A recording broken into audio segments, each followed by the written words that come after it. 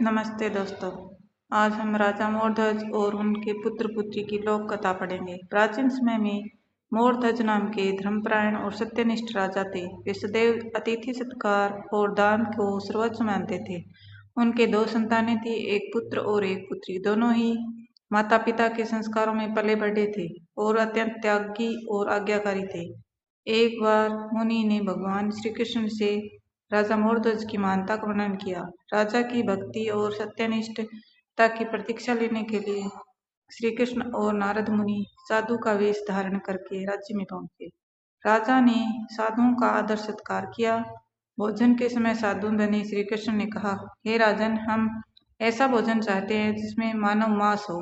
यह सुनकर सभी स्तब्ध रह गए, पर राजा मोरध्वज ने धैर्य नहीं छोड़ा। उन्होंने कहा, अतिथि की इच्छा का पालन करना मेरा धर्म है।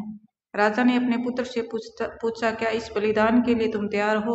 पुत्र ने बिना किसी भय के कहा, पिताजी, मेरे प्राणों से धर्म की रक्षा होती है तो मुझे स्वीकार है। यह दृश्य देखकर पुत्री आगे आई और बोली, पिताजी, यदि मेरे भाई का बलिदान होगा तो उसकी पीड़ा मैं कैसे देख सकती हूँ? मैं स्वयं अपने हाथों से आरा चलाऊंगी। पुत्री ने अपने भाई के सिर पर हाथ रखा और कांपते हाथों से आरा चलाने लगी।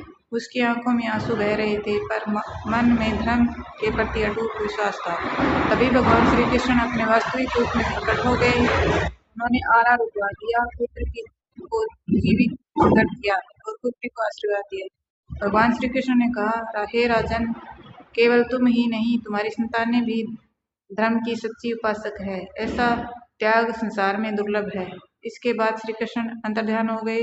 राजा मोरध्वज और उसके पुत्र पुत्री तीनों का धर्म, त्याग और करुणा के प्रतीक के रूप में लोक कथाओं में अमर हो गए। Thank you so much.